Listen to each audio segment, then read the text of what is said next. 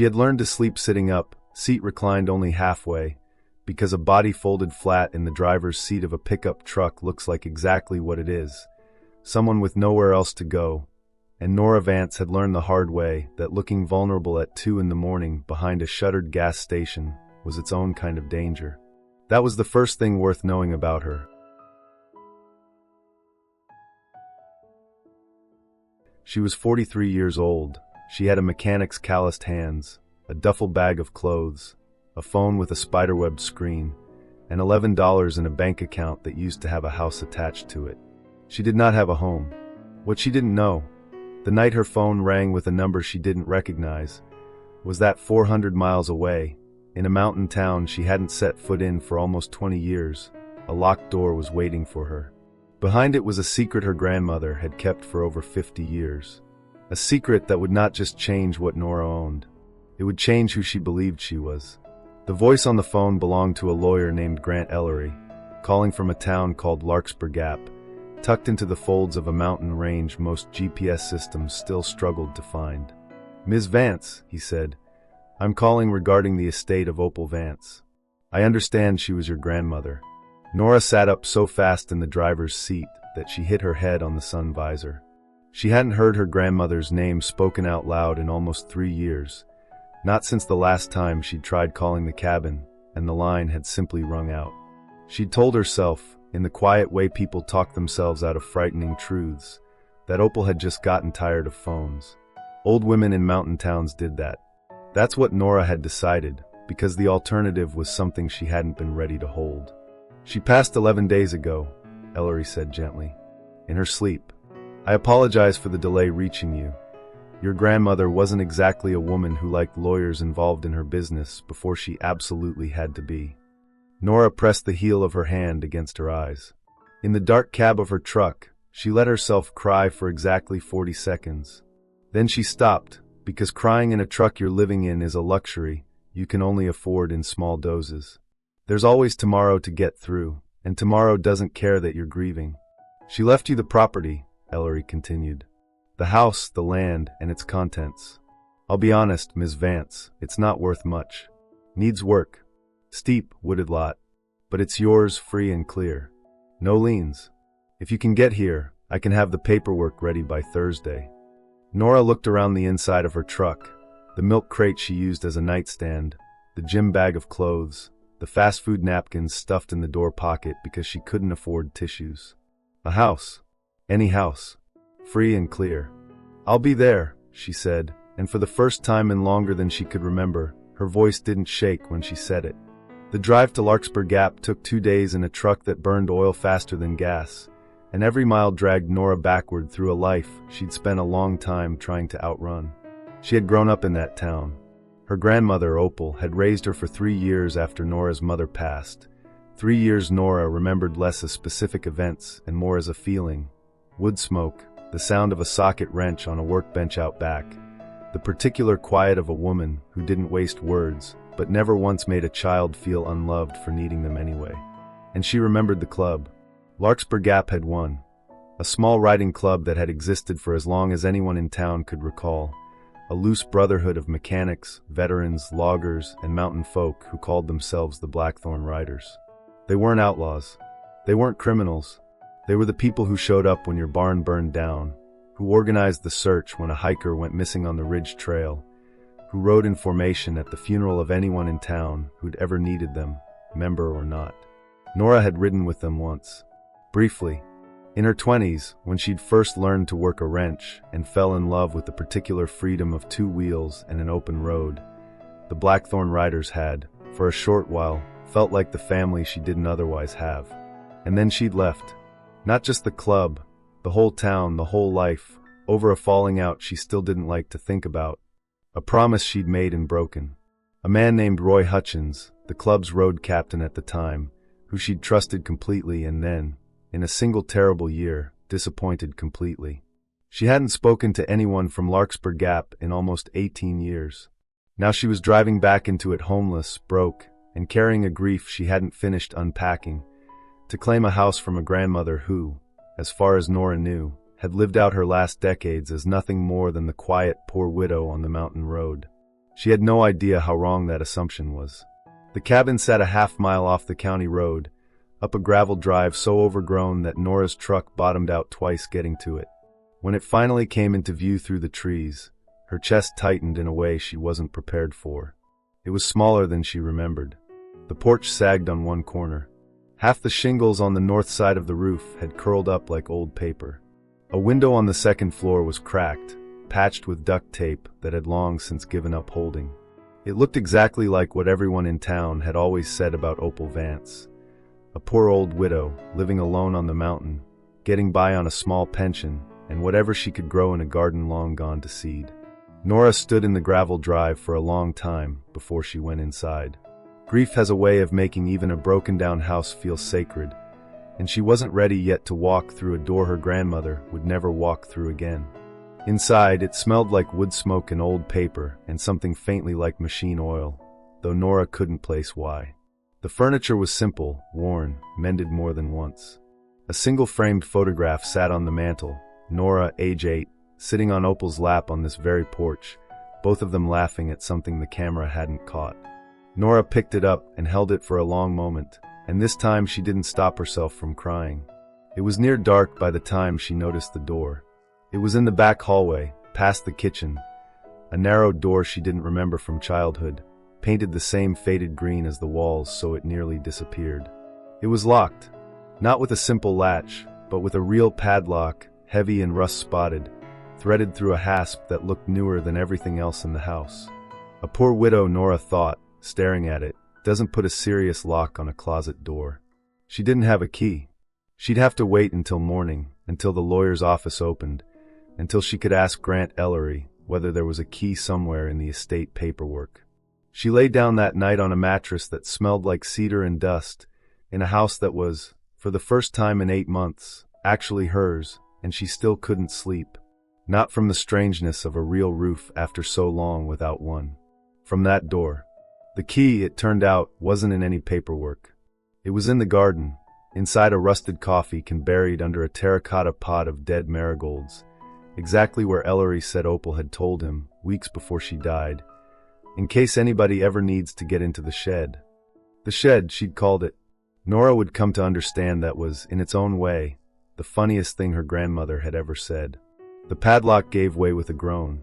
The door swung open onto a set of narrow wooden stairs leading down, not to a closet, but to a root cellar Nora hadn't known existed, dug into the mountainside beneath the house, cool and dry and larger than the cabin above it.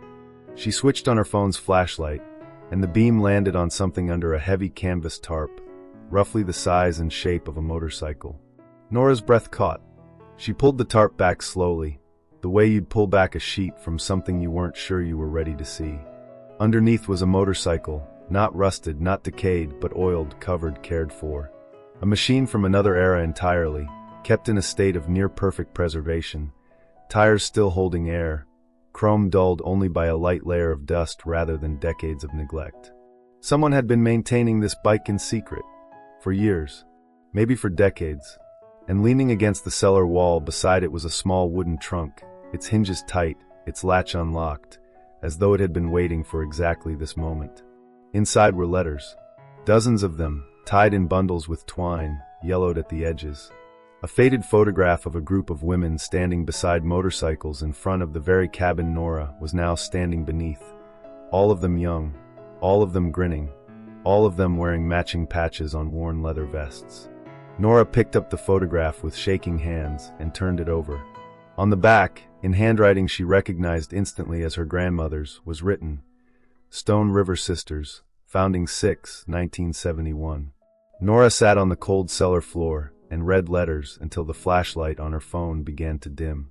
What she pieced together, over that long night, was a version of her grandmother she had never once been told existed. Opal hadn't simply been a widow scraping by on the mountain.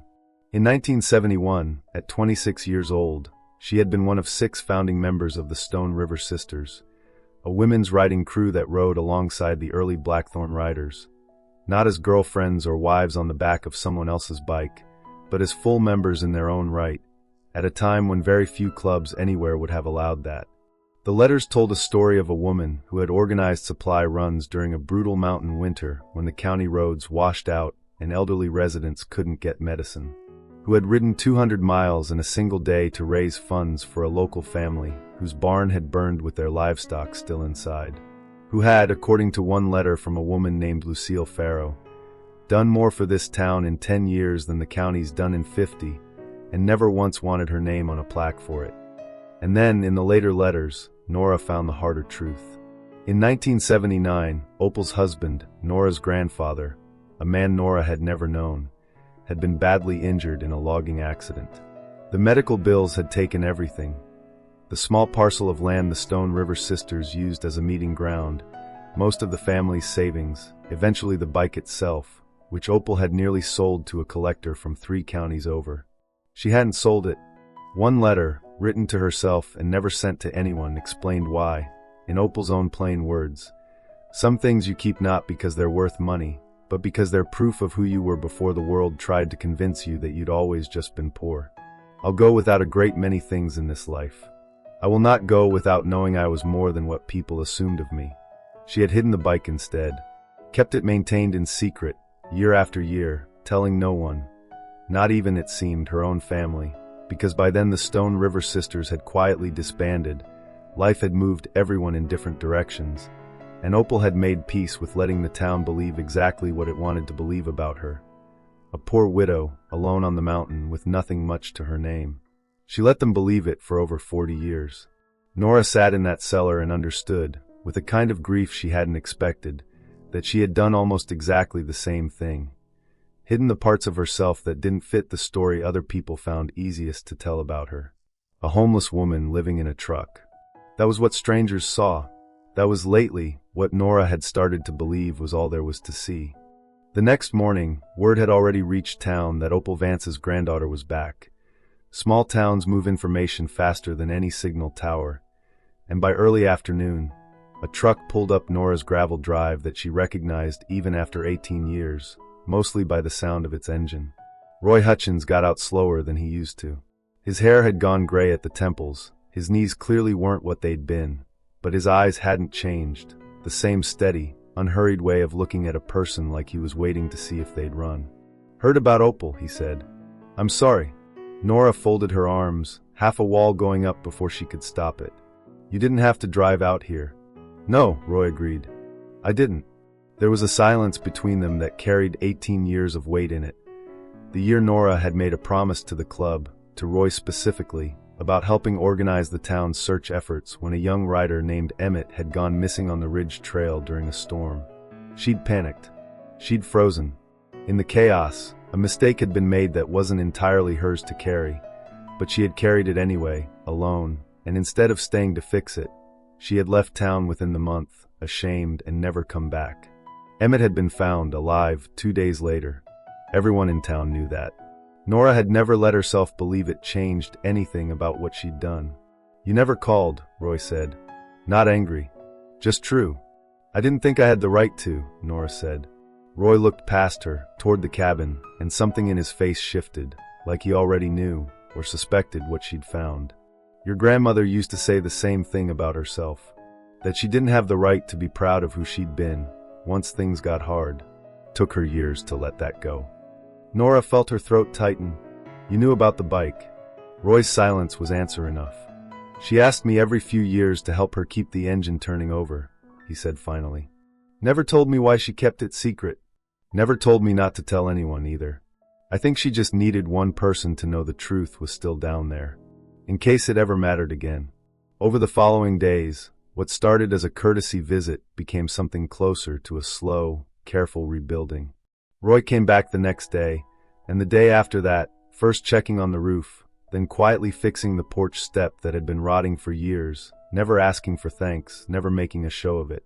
A few other faces from the Blackthorn Riders started appearing too. Some Nora remembered, some new to the club since she'd left. All of them treating her not as the woman who'd vanished nearly 2 decades ago, but simply as Opal's granddaughter, home at last. It should have felt like relief.